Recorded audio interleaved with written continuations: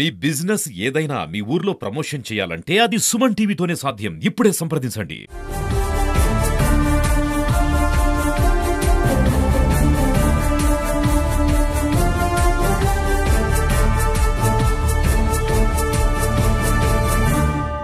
కోటి బ్రహ్మాండ నాయకుడు కలియుగ ప్రత్యక్ష దైవం కోట్లాది మంది హిందువులకు ఆరాధ్య దైవమైనటువంటి వెంకటేశ్వర స్వామి క్షేత్రం వరాహ క్షేత్రం అంటారు. కానీ కొందరు దుర్మార్గులు దీన్ని విహార క్షేత్రంగా అనుకుని ఇక్కడికి వచ్చి వాళ్ళ ఇష్టానుసారం మొన్న రాత్రి 10:30 గంటల సమయంలో క్యూ లైన్ లో వైసీపీకి సంబంధించిన ఒక నాయకుడు ఇక్కడికి వచ్చి ఉద్దేశపూర్వకంగా భక్తుల్ని రెచ్చగొట్టి EO down down, chairman down down, TTD down down, ప్రభుత్వం నశించాలని చెప్పి వ్యతిరేకంగా నినాదాలు ఇస్తూ మీరు చేతులు పైకెత్తి నినాదాలు ఇవ్వండి అని చెప్పి పక్కనుంటే భక్తులను కూడా రెచ్చగొట్టే విధంగా వ్యవహరించడాన్ని మేము తీవ్రంగా ఖండిస్తున్నాం.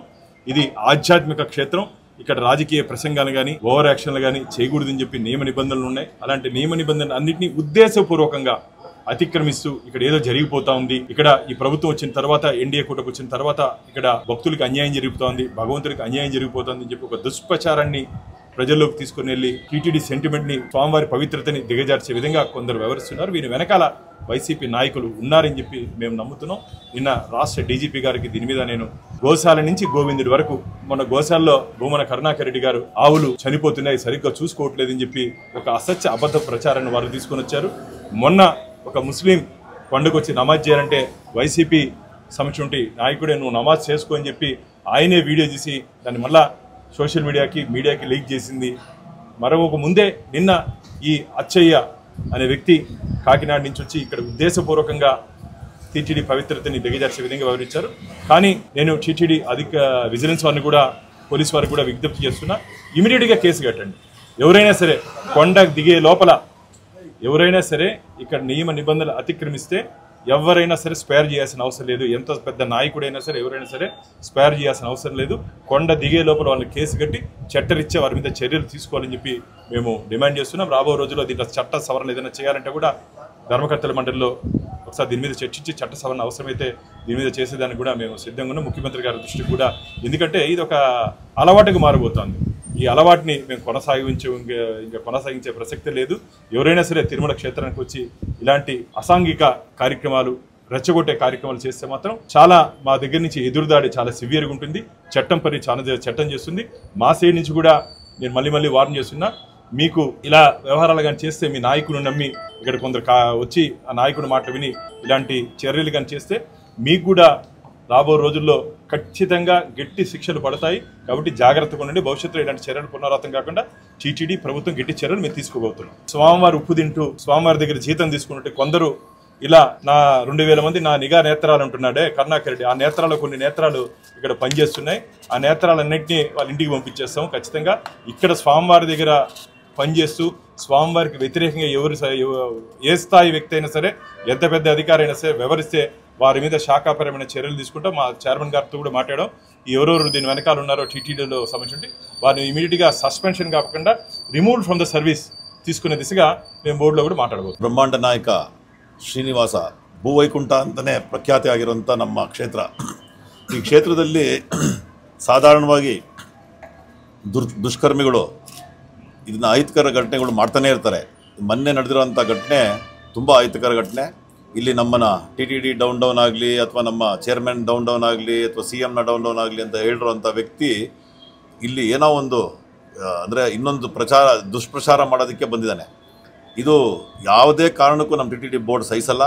ಇದನ್ನು ಮೊದಲೇ ನಮ್ಮ ಚೇರ್ಮನ್ BR ನಾಯ್ಡು ಅವರು ಫಸ್ಟ್ ದಿನವೇ ಹೇಳಿದ್ರು, ಇದು ಟೂರಿಸಂ ಸ್ಪಾಟ್ ಅಲ್ಲ, ಇದು ಭಕ್ತಿ ಆಗಿರೋವಂಥ ಸ್ಪಾಟು, ಇದು ಶ್ರೀ ಕ್ಷೇತ್ರ, ಇಲ್ಲಿ ವರಹಸ್ವಾಮಿ ಕ್ಷೇತ್ರ, ಇದು ವಿಹಾರಕ್ಕೆ ಮಾಡಕ್ಕಂಥ ಕ್ಷೇತ್ರ ಅಲ್ಲ ಅಂತ ನಮ್ಮ ಚೇರ್ಮನ್ನು ಹೇಳಿದ್ದಾರೆ. CMನು ಖಡಾಖಂಡಿತವಾಗಿ ಈ ಥರದ್ದು ಯಾವುದೇ ರೀತಿ ಇದನ್ನು ನಾವು ಸಹಿಸ್ಕೊಳ್ಳಲ್ಲ ಅಂತ ಹೇಳಿದ್ದಾರೆ. ನಮ್ಮ ಬೋರ್ಡ್ ಅಂತೂ ಇದನ್ನು ಸಹಿಸ್ಕೊಳ್ಳೋಕೆ ಸಾಧ್ಯನೇ ಇಲ್ಲ.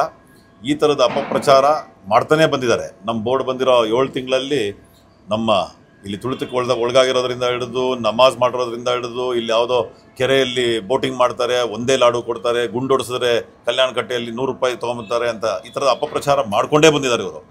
ಅವ್ರಿಗೆ ಬಹುಶಃ ನನಗನ್ಸೋದು ಇಲ್ಲಿನ ಅಪೋಸಿಷನ್ ಪಾರ್ಟಿಗೆ ಬೇರೆ ಏನು ಸಂಗತಿ ಸಿಗ್ತಾ ಇಲ್ಲ.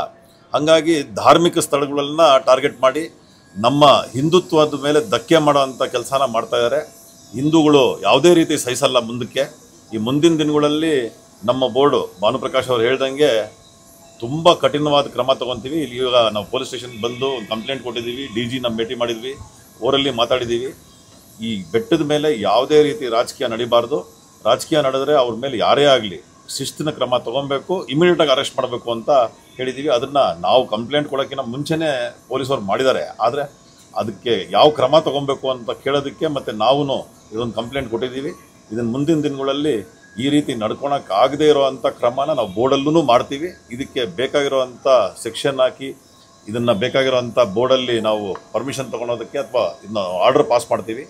ಈ ಆರ್ಡ್ರಲ್ಲಿ ಯಾವುದೇ ರೀತಿ ರಾಜಕೀಯದ ವ್ಯಕ್ತಿಗಳಾಗಲಿ ಈ ಥರದ ಅಪಪ್ರಚಾರ ಮಾಡೋರನ್ನ ಇಮಿಡಿಯೇಟಾಗಿ ಅರೆಸ್ಟ್ ಮಾಡೋವಂಥ ಕೆಲಸ ಮುಂದಿನ ದಿನಗಳಲ್ಲಿ ಮಾಡೇ ಮಾಡ್ತೀವಿ ಅಂತ ಇವ್ರಿಗೆ ಮಾತಾಡ್ತಾ, ಮತ್ತು ತುಂಬ ದುರಾದೃಷ್ಟ ಏನು ಅಂತಂದರೆ ಇಲ್ಲಿ ಕೆಲಸ ಮಾಡೋ 22,000 ಜನರಲ್ಲಿ 2,000 ನನ್ನ ಕಣ್ಗಳಿದೆ ಅಂತ ಕರುಣಾಕರ್ ರೆಡ್ಡಿ ಹೇಳಿರೋರು. ಅಂದರೆ 2,000 ನಿಮ್ಮ ಕಣ್ಗಳ, ಬೇರೆ ಯಾರು ಇಲ್ವಾ?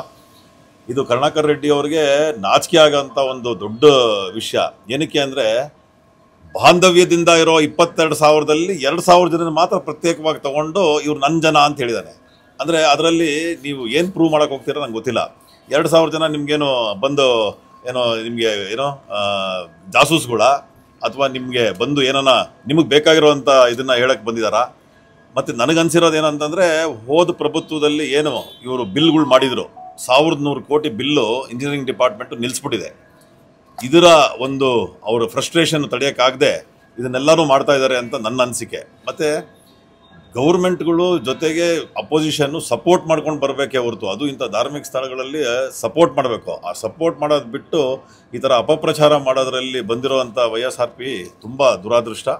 ಮತ್ತು ನಮಗೆ ಇದನ್ನು సహించుకోవడానికి ಅಂತ ಹೇಳ್ತಾ ముందిన క్రమ ನಮ್ಮ బోర్డు తోనది. సంఘటన జరిగితే రాజకీయ పార్టీలు స్పందించడం అనేటువంటిది ప్రస్తుతం జరుగుతున్నటువంటి విషయం. కానీ గత 7 నెలలుగా రాజకీయ పార్టీ నాయకులే సంఘటనలను సృష్టించి కుట్రపూరితంగా ఈ యొక్క మతపరమైనటువంటి భావోద్వేగాలను రెచ్చగొట్టి సంచలనాలు సృష్టించి తద్వారా ప్రభుత్వాలను అప్రతిష్ట పాలు చేయడం అనేటువంటి చాలా దారుణమైనటువంటి కుట్రపూరితమైనటువంటి నేరంగా మనం పరిగణించాల్సినటువంటి విషయం. దానికి శ్రీవారి ఆలయాన్ని తిరుమలను వాడుకోవడం చాలా తప్పైనటువంటి కార్యక్రమం. కాబట్టి ప్రతిపక్ష నాయకులు వారు కుట్రలను చేసేటువంటి కార్యక్రమం చేయకుండా సంఘటనలపైన స్పందించాలే తప్ప సంఘటనలను సృష్టించడం అనేటువంటిది దారుణమైనటువంటి చర్య. దానిపై చర్య తీసుకోవాలని, చట్టాలను కూడా మార్చాలని చెప్పి ఈరోజు మేము ప్రభుత్వాన్ని కూడా కోరుతున్నాం. బోర్డులో కూడా అదే ప్రవేశపెడుతున్నాం.